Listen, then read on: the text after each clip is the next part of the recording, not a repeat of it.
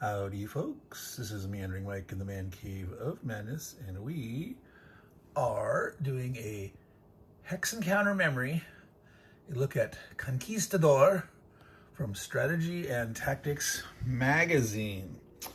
So, why is this a special memory for me? Well, there's a couple reasons.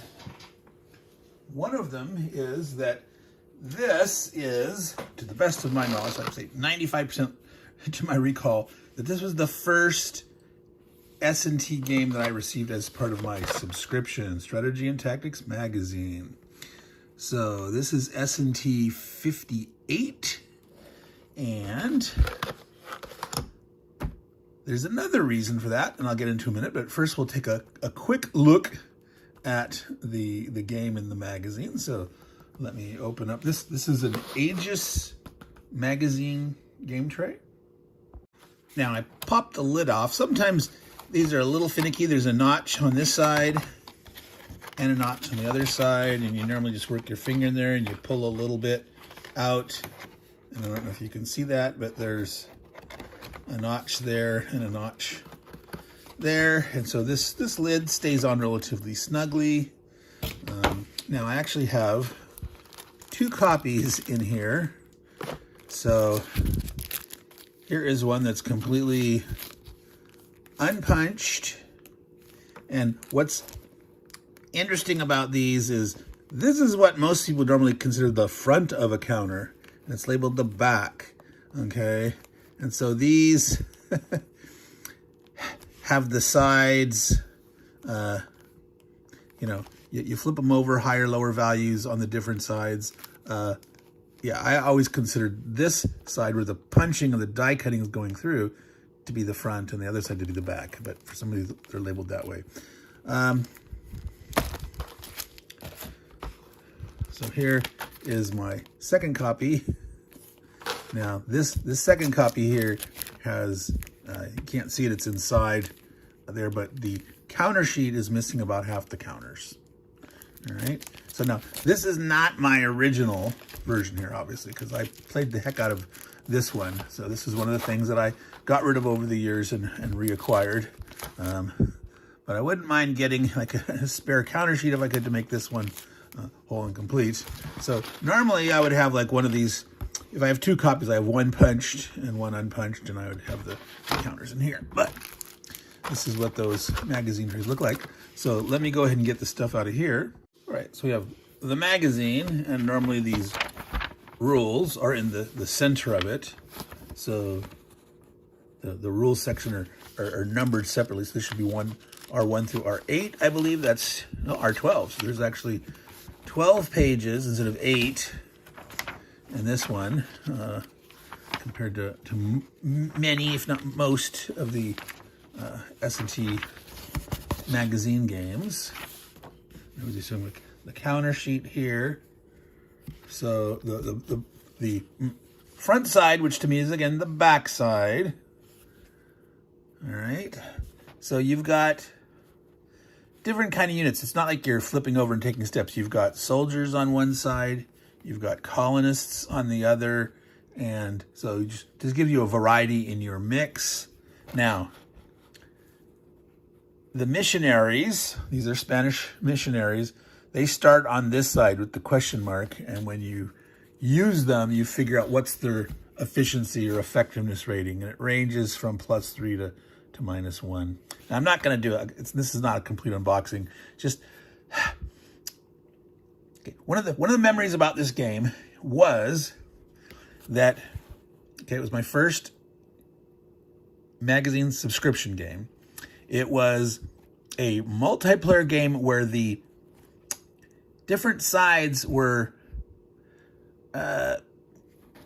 asymmetrical. I mean, the basics of combat are not asymmetrical. It's not asymmetrical warfare in that sense, but for example, only the Spanish had conquistadors and missionaries. Okay, only the English had privateers. That's a little skull and crossbones. All the sides had explorers. So the poor little French here, they had their explorers, but they had nothing special. So they were generic. The English had their privateers, and then the Spanish had their... So for us, most of the players wanted to play the Spanish, okay? Because they had more to do. Sometimes you get a player that like, no, I don't really want to master and learn all that stuff, so let me play someone else. Now, this game also had optional rules for the Portuguese. There weren't any units included in the counter mix. Can't remember if the Avalon Hill version had Portuguese counters. There's also a fifth player, the German bankers, which, yes, you played bankers that would lend money and fund expeditions and like for a cut, a return. So we never played with that. We did play once with the Portuguese. But the differences between these lent to a certain style, but we were all pretty young at the time in high school. Some of us were in college, but I was in high school at the time, and we were learning our history, right? So we already knew a little bit about Columbus and that, maybe heard of Magellan and Balboa and Cortez, etc. But we learned a lot more, like, who are all these different guys, Cavendish and Verrazano, just people that we didn't know much about. So we did learn from this game. Now, talking about the history, some people have called this game is not very historical. Well, it is very historical in that it has all the elements of what happened in the exploration of the New World, creating colonies, warring against the natives, looting treasure cities. But in terms of the unfolding of who did what, when, and where, of course that's not going to follow history exactly, because you've got players that you have some meta knowledge of history, right? And you're exploring these things and getting points for exploring, but you know what the world looks like, right? So there is no real discovery in that sense. So that excitement of the exploration of something truly new wasn't captured in the game, okay?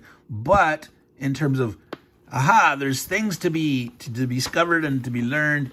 And so, you'd have, maybe the French making a beeline for Chichen Itza to badge the Mayans and get that treasure city. Now, almost always it was like, you leave Tenochtitlan for the Spanish, because without having a Spanish conquistador, this city, internal, not on the coast, the attrition, the land attrition there is horrendously bad. And if you don't have a conquistador, bam, you could get like totally wiped out by the attrition.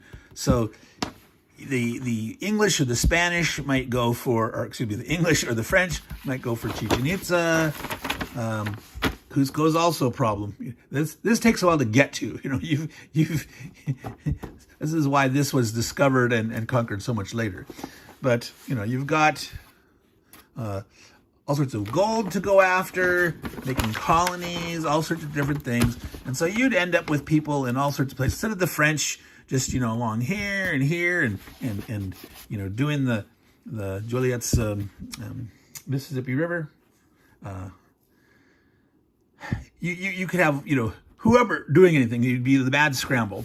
Okay. So yes, you could recreate history with this game. Like if you were playing it by yourself, playing all the players, you could do things pretty much historically. Now, there's some slight fudging in the turn tracks.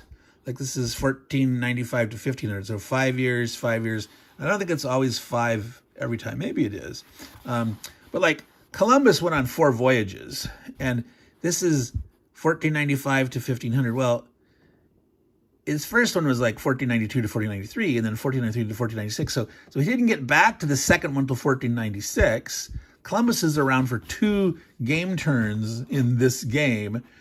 So it's almost like, well, he didn't really historically get back to 49, but he's probably here on the first turn to do the one that happened in like his last one was in I think there was a 1500 voyage, and then the one in 1502 that lasted something like that. So, you know, within the bounds of having to chop these up into game turns, you know, there's some slight fudging there of who was available when and went where and what they did and all that stuff. But for the vast majority of it, you could recreate history.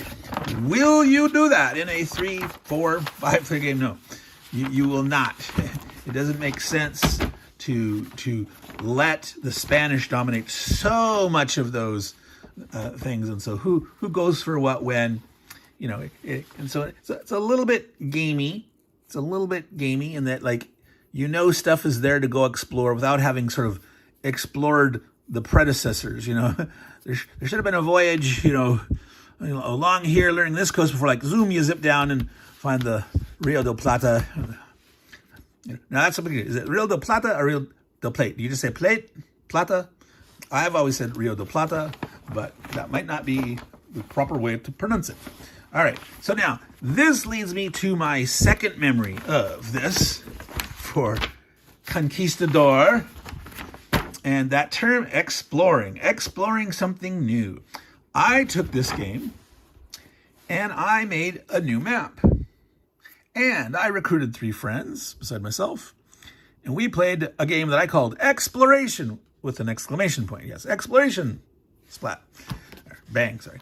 And basically, it was these rules with slight modifications where everyone had some ground leaders at some time. So, like, it's like the Spanish weren't really the Spanish, the French, and English. It was, we were using those counters, but everyone had a mix of some units. You could get privateers, you could get land units.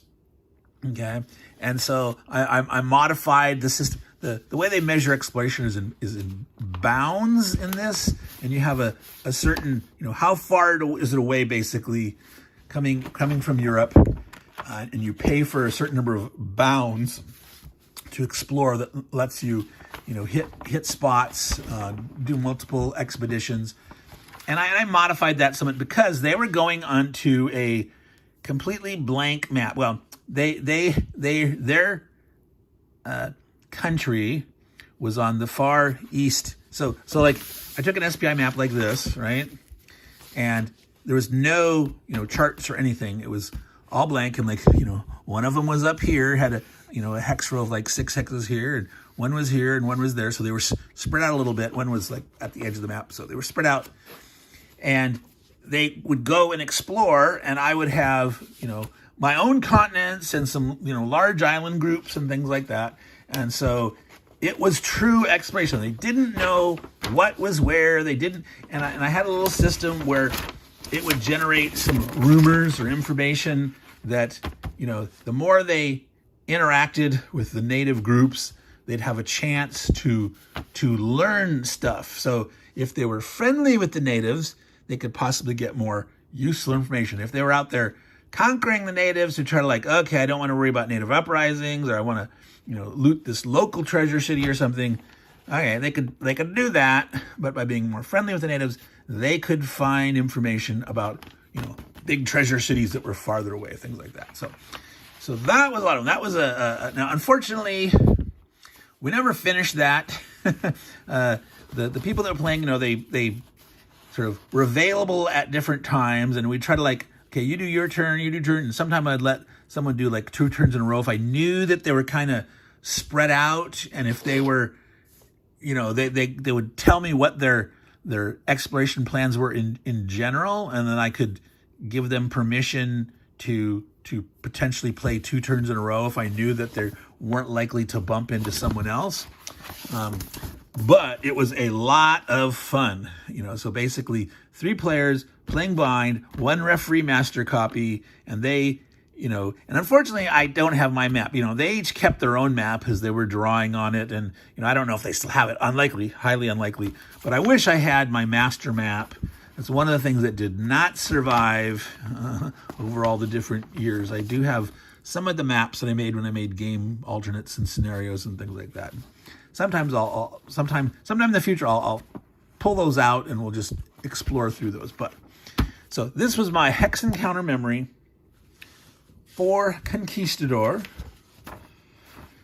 SBI, Strategy and Tactics, magazine number 58. This is Richard Berg. This came out in 1976. I was in high school, yes. And so it's that memory of my very first subscription. I'd bought Strategy and Tactics games. Like my very first one that I bought in the magazine was Battle for Germany. My very first SPI game was Panzer 44. I've done Hex Counter Memory videos on those. This was my very first subscription to Strategy and Tactics magazine. And then the fun of making my own version and letting my friends actually have that true exploration, ! experience. So this has been a Meandering Mike production of a Hex Counter Memory. I hope you enjoyed it. If you've ever played Conquistador, maybe you have this version or the Avalon Hill version, which as far as I know is 95% the same. So I think they added more counters. So there might be counters with Portuguese and the German bankers. They may have changed a few rules or something. I do know there's some errata, like in the next issue, 59, there was some minor errata about some, I can't remember if it was a French explorer or something, Cabot or somebody. Is that, no, that's English.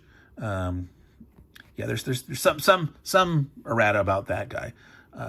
But, so, Meandering Mike, Man Cave of Madness. Remember, take care of your games, and for your magazine games, that means you can put them in these nice trays. I think I'm going to put a label on the side to put it the magazine number here on all of them, so I can easily see, which S&T number in the order. So take care of your games, and they'll take care of you. Ciao, y'all.